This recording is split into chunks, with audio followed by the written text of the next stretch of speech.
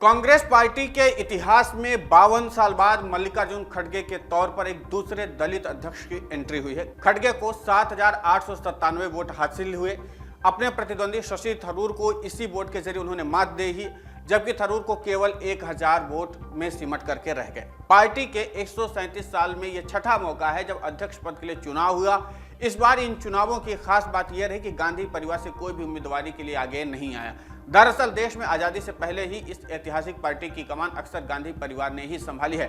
अध्यक्ष पद की चुनावी जंग में आखिरी वक्त में मल्लिकार्जुन खड़गे उतरे थे और तब उनके इस पद की दावेदारी के साथ ही यह भी तय हो गया था कि वो इस मुकाबले में शशि थरूर पर भारी पड़ेंगे, और वही सच भी साबित हुआ। खड़गे को उम्रदराज होने से भविष्य में उनके राहुल गांधी के लिए राजनीति में चुनौती बनने के आसार भी नहीं है, इसलिए वो भी इस पद के लिए पसंदीदा उम्मीदवार के तौर पर देखे जा रहे थे।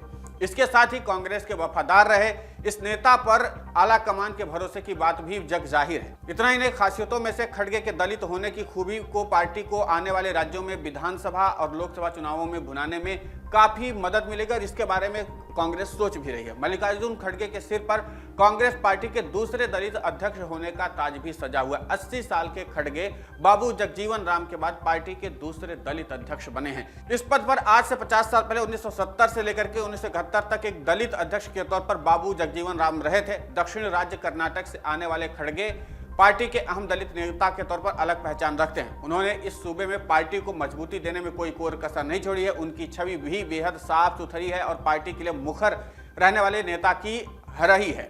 पार्टी के अंदर उनका किसी से भी मनमुटाव सामने अब तक नहीं आया है। हालांकि गांधी खानदान के अलावा पार्टी के सामान्य कार्यकर्ताओं से उनका उतना अधिक जुड़ाव नहीं है। इस पर भी दलित कांग्रेसी नेता मानकर चल रहे हैं कि उनके अध्यक्ष पद पर होने से पार्टी के पिछड़े और दलित समुदाय के लोगों की पार्टी में वापसी हो सकती है। यहाँ पर यह भी बात गौर करने लायक है कि खड़गे भले ही दलित समुदाय के हों, लेकिन दक्षिण भारत के बाहर उनका जनाधार बेहद कम है।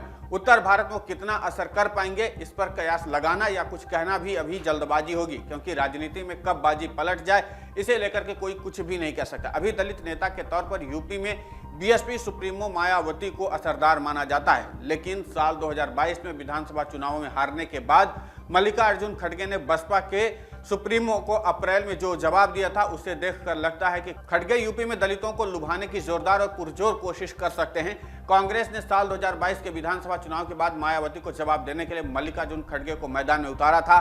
दरअसल 9 अप्रैल शनिवार 2022 को राहुल गांधी ने कहा था कि उन्होंने मायावती से यूपी विधानसभा चुनाव के लिए गठबंधन के लिए संपर्क साधा था, लेकिन उन्होंने कोई जवाब नहीं दिया। शायद वो बीजेपी से डर गई हैं। इसके जवाब में 10 अप्रैल 2022 रविवार को मायावती ने कहा था कि राहुल गांधी को बोलने से पहले 100 बार सोचना चाहिए। उनका बयान उनकी जातिवादी सोच को दिखाता है। तब एआईसीसी ने राज्यसभा में विपक्ष के नेता दलित समुदाय के मल्लिकार्जुन खड़गे को बसपा सुप्रीमो को जवाब देने के लिए आगे किया था, और तब खड़गे ने कहा था कांग्रेस ने प्रियंका गांधी जी के नेतृत्व में उत्तर प्रदेश का चुनाव अपनी पूरी ताकत के साथ लड़ा।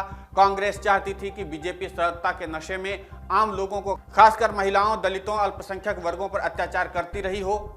कमजोर वर्गों को रोका जाए, और पार्टी ने उनके लिए सभी कोशिशें की। कांग्रेस ने मायावती जी से कांग्रेस के साथ गठबंधन करने और बीजेपी के खिलाफ गठबंधन का नेतृत्व करने का आग्रह किया था, लेकिन वो किसी भी कारण से ऐसा नहीं कर सकी। राहुल गांधी जी शनिवार को इस तथ्य को बताया, तब खड़गे ने यह भी कहा कि लोग अब मुद्रास्फीति और बेरोजगारी के कारण संघर्ष कर रहे हैं। संवैधानिक संस्थानों पर आरएसएस कब्जा कर रही है। इन हालातों में हमारे लोकतंत्र और बाबा साहब के संविधान का क्या होगा? बीजेपी के खिलाफ इस लड़ाई में सभी विपक्षी दलों को एक साथ आना चाहिए।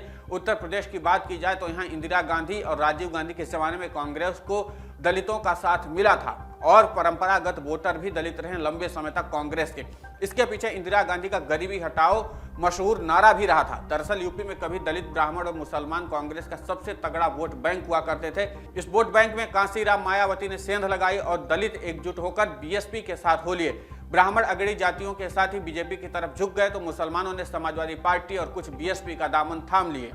इससे कांग्रेस के देश के इस सबसे बड़े सूबे में जातिगत राजनीति में पिछड़ने लगी। अगर उसका ये कोर वोट बैंक इस सूबे से खिसकने लगा।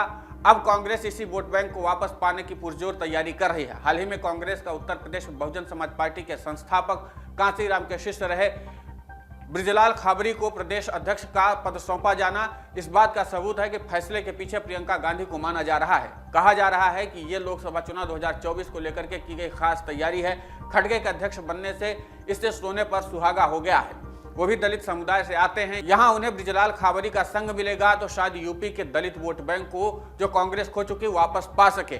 पार्टी के पूर्व अध्यक्ष राहुल गांधी दक्षिण राज्य में भारत जोड़ो यात्रा में लोकसभा चुनाव 2024 की तैयारियों को लेकर के पक्का करने में लगे हुए हैं और खड़गे को इस पार्टी के अध्यक्ष पद के लिए सोनिया और राहुल का ही उम्मीदवार माना गया था। दक्षिण भारत में कर्नाटक, तेलंगाना, आंध्र प्रदेश, केरल और तमिलनाडु इन 5 राज्यों में लोकसभा की 129 सीटों में से मौजूदा वक्त में 28 सीटें कांग्रेस पार्टी के पास हैं। कांग्रेस दक्षिण भारत में मल्लिकार्जुन खड़गे को दलित नेता की छवि को कैश कराने की कोशिश कर रही है, लेकिन इसके बाद भी पार्टी की डगर आसान नहीं रहने वाली है। आंध्र प्रदेश में जगन मोहन रेड्डी की तूती बोलती है तो तेलंगाना में केसीआर का बोलबाला है। यहाँ विपक्ष के तौर पर बीजेपी को पैर पसारने के लिए तैयार किया गया है। कर्नाटक के आने वाले चुनाव बीजेपी के खिलाफ पार्टी का अहम चेहरा बनकर उभर सकते हैं।